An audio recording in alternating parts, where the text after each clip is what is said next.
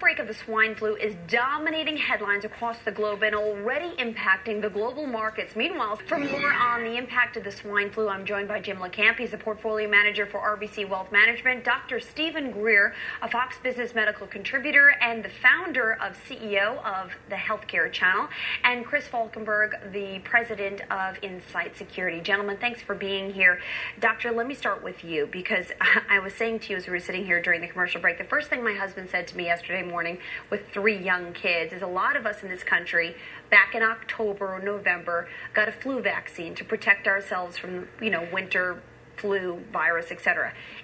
Can that protect us against this specific strain? Almost certainly not.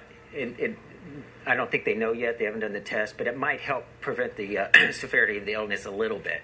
And if one were to rush to the office now to get a vaccine, it would not prevent getting the swine flu. There is no swine flu vaccine. They will not be able to make a swine flu vaccine.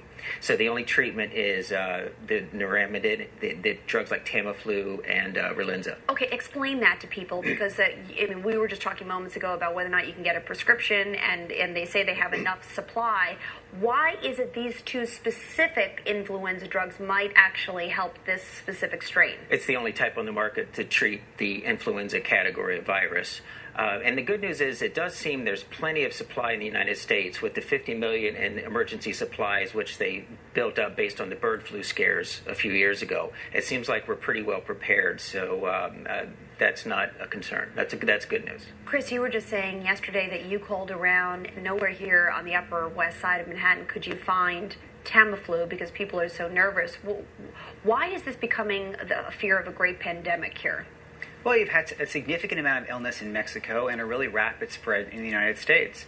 And knowing what happened in Toronto in the SARS epidemic, many people are realizing this could be a really significant emergency, and an emergency a lot of people haven't thought about a great deal and are not prepared for.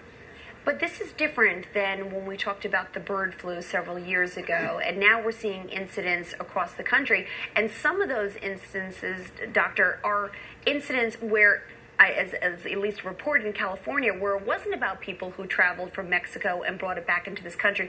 So then how could it be traveling if it's not contact to contact, person to person? The key difference is the worries over the bird flu a few years ago was whether it would spread from animal to human to human to human in a mutated form. That has already happened with this. So the reason this got the attention of the CDC and Homeland Security is because it's a virus that has already spread from human to human in a mutated form, and it appeared to be deadly in Mexico. Now the key thing here is to watch not how many new cases are diagnosed in the United States. I'm sure the whole map will be covered with new cases. It's whether it's deadly.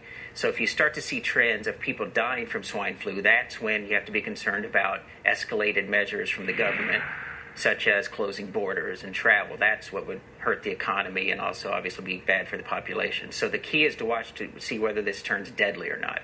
Jim, notice you pulled out a thermometer. Tell people why. I was going to say the most important thing you can do is buy a $10 thermometer, because the fever is what indicates it's an influenza as opposed to the common cold or something. So if you have a fever, this is the best thing you can do to determine whether to stay home or if you have an epidemic in a school or something like that. How high a fever is the barometer for I need to go to the doctor or I need to go to the hospital? The flu is over 100 typically, so if you're over 100, you should be concerned about it. But always call your doctor no matter what. But pretty scary. All right, hands clean, wash constantly, Dr. Purell, that's good. Okay, and take our temperature.